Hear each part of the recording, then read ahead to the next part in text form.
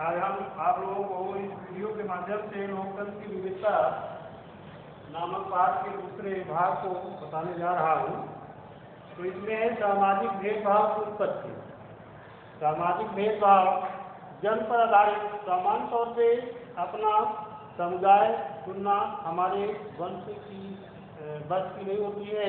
हम सिर्फ इस आधार पर किसी खास समुदाय के सदस्य हो सकते हैं कि हमारा जन्म समुदाय के एक परिवार में हुआ होता है। जन्म पर आधारित सामाजिक विभाजन का अनुभव हम अपने दैनिक जीवन पे लगभग रोज ही करते हैं। इसके अतिरिक्त प्रत्येक मनुष्य की कर्मकांडी वर्ण क्षमताएं अक्षमताएं भिन्न भिन्न होती हैं तथा वह सार्थकता होती है। पसंद या चुनाव पर आधारित सभी प्रकार के सामाजिक विभाजन जन्म के आधार पर नहीं होते हैं। कुछ चीजें अपनी हमारी पसंद अथवा चुनाव के आधार पर ही तय होती हैं। कई लोग अपने माँ बाप और परिवार से अलग अपनी पसंद का धर्म भी चुन लेते हैं। यही हम सभी लोग पढ़ाई के विषय में जैसे खेल और सांस्कृतिक गतिविधियों का चुनाव नहीं पसंद ही करते हैं। सामाजिक परिवर्तन के आधार पर जो है हम कार्य करते हैं और इस आधार पे जो है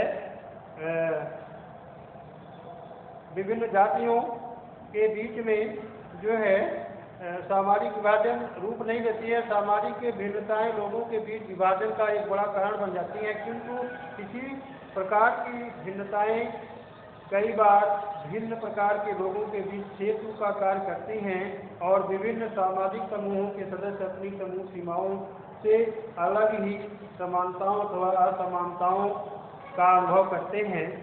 जैसे मैस्को ओलंपिक की कहानी में दोनों खिलाड़ियों स्मिथ और कार्लोस की समस्याएं समान थी और दोनों श्वेत अमेरिकी थे, जबकि पीटर नॉर्मल न तो श्वेत थे और न ही अमेरिकी थे। फिर भी तीनों खिलाड़ियों की वैचारिक समानताएं थी। ये तीनों भेदभाव के विरुद्ध थे। प्रायः हम सभी यह देखा करते हैं कि किसी भी धर्म विशेष के अनुयायी खुद ही एक ही समूह में का सदस्य नहीं मानते हैं और उनकी जाति एवं पंथ अलग अलग होते हैं। ऐसे में संभव है कि समान जाति के व्यक्ति विभिन्न वर्गों के साथ एक दूसरे के अधिक समीप अनुभव करें। विभिन्नताओं में सामंजस्य का टकराव। सामाजिक विभाजन की स्थिति में कुछ सामाजिक अंतर दूसरे अनेक भिन्नताओं के ऊपर और बड़े हो जाते हैं। अमेरिका में वर्णभेद खासकर एक बड़े सामाजिक विभाजन का कारण बना। सामान्यतः अश्वेत लोगों का निर्धन, बेरोजगारों तथा बेघर होना उनके सामाजिक भेदभाव का शिकार बनने का मुख्य कारण बना।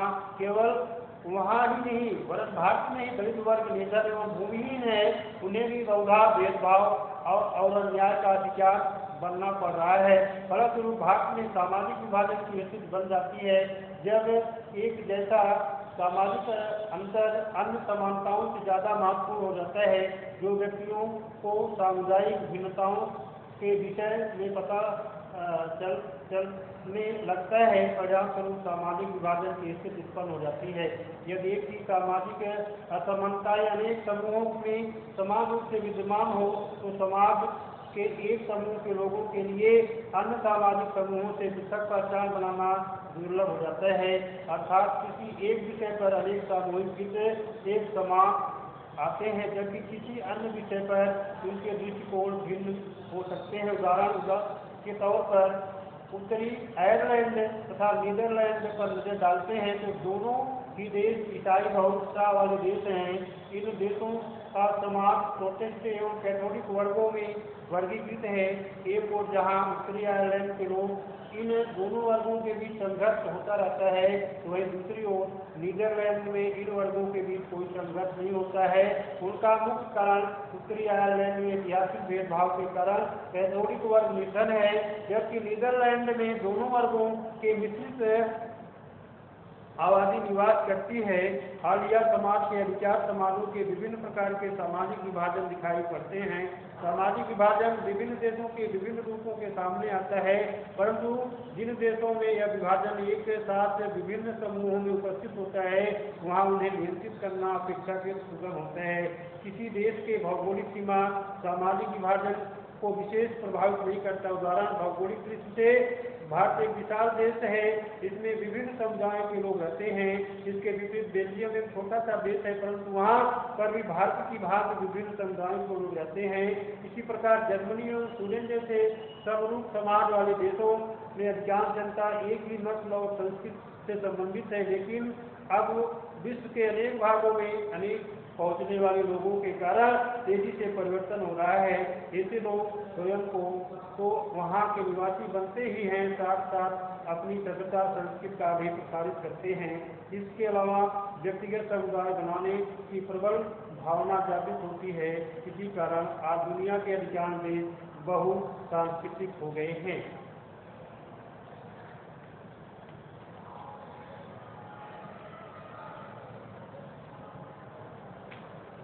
अब सामाजिक विभाजनों की जो राजनीति है इसमें निश्चित रूप से सामाजिक विभाजन को ही प्रभावित करता है। प्रथम दृष्टया में ऐसा प्रतीत होता है कि राजनीति तथा सामाजिक विभाजनों में परस्पर कुछ भी संबंध नहीं है, लेकिन लगभग सभी लोकतंत्रों में बहुदलीय व्यवस्था अथवा द्विदलीय व्यवस्था है, जिसके अंतर्गत अलग अलग राजनीतिक दल एक दूसरे के खिलाफ चुनाव लड़ते हैं और ज्यादा से ज्यादा वोट प्राप्त करने का प्रयास करते हैं ताकि चुनाव जीता जा सके, जबकि वह जनता से बहुत से वायदे भी करते हैं ताकि वह उनके दल से जुड़ जाए। यहाँ तक कि किसी विशेष समूह की वफादारी हासिल करने के लिए वह उनके पक्ष में भी बोलते हैं ताकि वह विशेष समूह उस दल की सहायता करे। इस प्रकार वह अलग अलग सामाजिक समूहों के अंतर उत्पन्न करने के प्रयास करते हैं।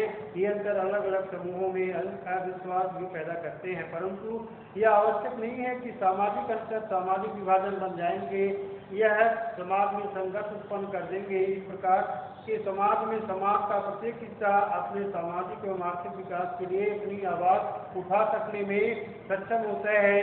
हम कई देशों में कई उदाहरणों को देख सकते हैं जिसमें पता चलता है कि सरकार ने किसी विशेष समूह का पक्ष लिया, फिर भी देश में कोई संघर्ष अथवा हिंसा नहीं हुई। परिणाम का दायरा उत्तरी आयरलैंड की राजनीतिक विभाजन। आयरलैंड के उत्तरी भाग में 53% प्रोटेस्ट और 44% रोमन कैथोलिक लोग रहते हैं। प्रोटेस्ट लोगों की प्रतिनिधित्व यूनियन निष्ठ पार्टियां एवं कैथोलिकों का नेशनलिस्ट पार्टियां करती हैं। काफी समय तक यहाँ इस बात का संघर्ष चलता रहा कि दक्षिण आयरलैंड का ग्रेट ब्रिटेन के साथ मिलाप किया जाए, क्योंकि दक्षिण आयरलैंड का अधिकतर आबादी रोमन कैथोलिकों की थी, जबकि ग्रेट ब्रिटेन के लोगों का अधिकतर आबादी प्रोटेस्टेंट की थी।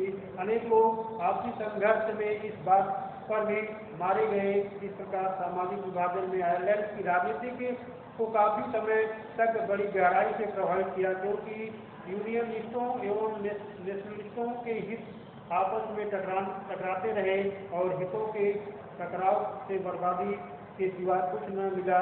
अंत में जब दोनों पक्षों में 1998 में समझौता हुआ तब जाकर हिटलर का आंदोलन समाप्त हुआ। यूगोस्लाविया का राजनीतिक विभाजन। इसके विपरीत हमारे पास यूगोस्लाविया का भी एक उदाहरण है जहाँ पर कैथोलिक मुस्लिम एवं पूर्वी रूढ़वादी लोग रहते हैं। यूगोस्लाविया में सामाजिक विभाजनों का अंत कोई सुखद नहीं हुआ, क्योंकि वह राजनीतिक दल अपनी होड़ में बहुत आगे बढ़ गए और अंत में वह देश 6 भागों में बढ़कर रह गया।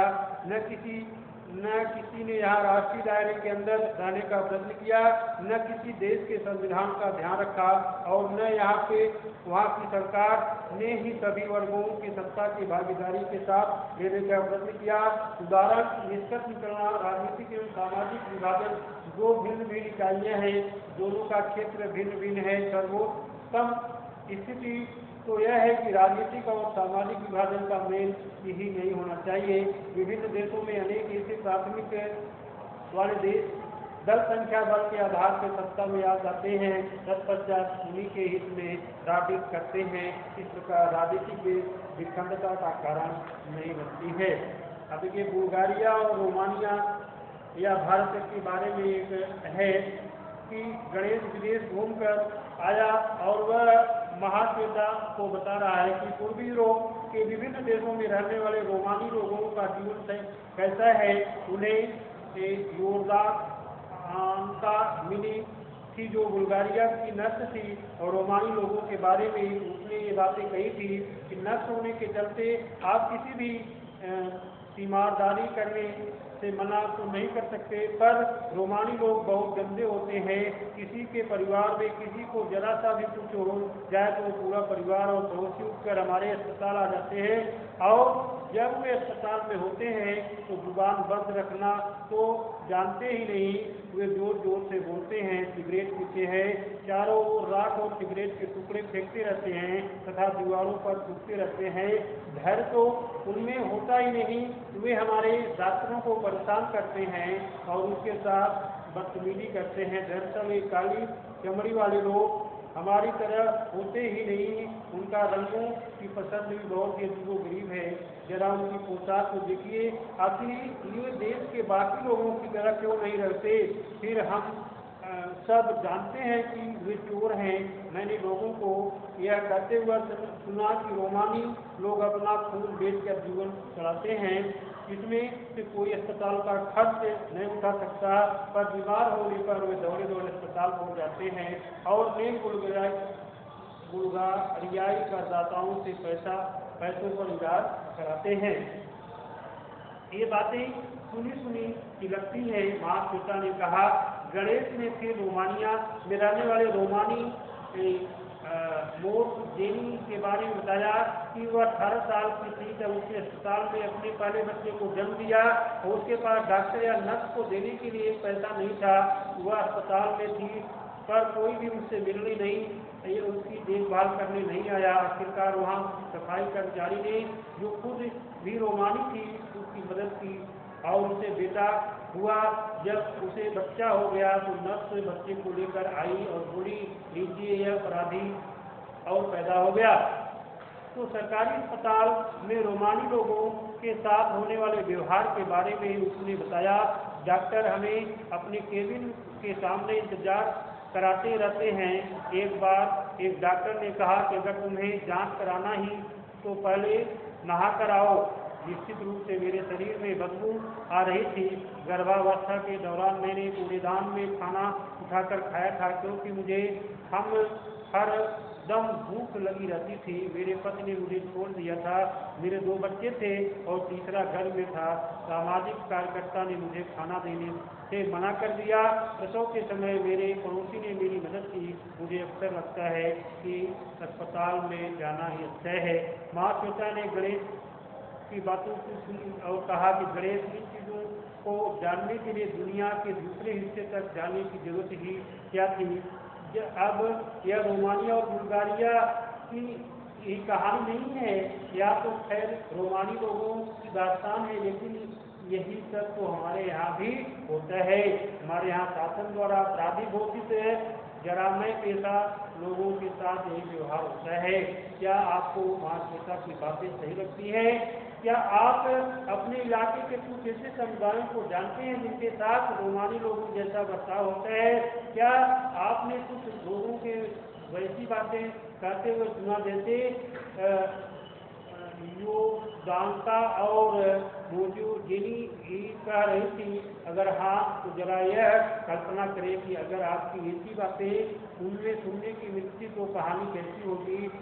क्या बुल्गारिया की सरकार को इस प्रयास करना चाहिए कि रोमानी लोग भी बुल्गारिया की बाकी लोगों जैसी पोशाक पहने और वैसा ही आचरण करें। तो इसके बाद जो है आपको पाठ का अगला भाग जो है दूसरे वीडियो के माध्यम से हम बताएंगे।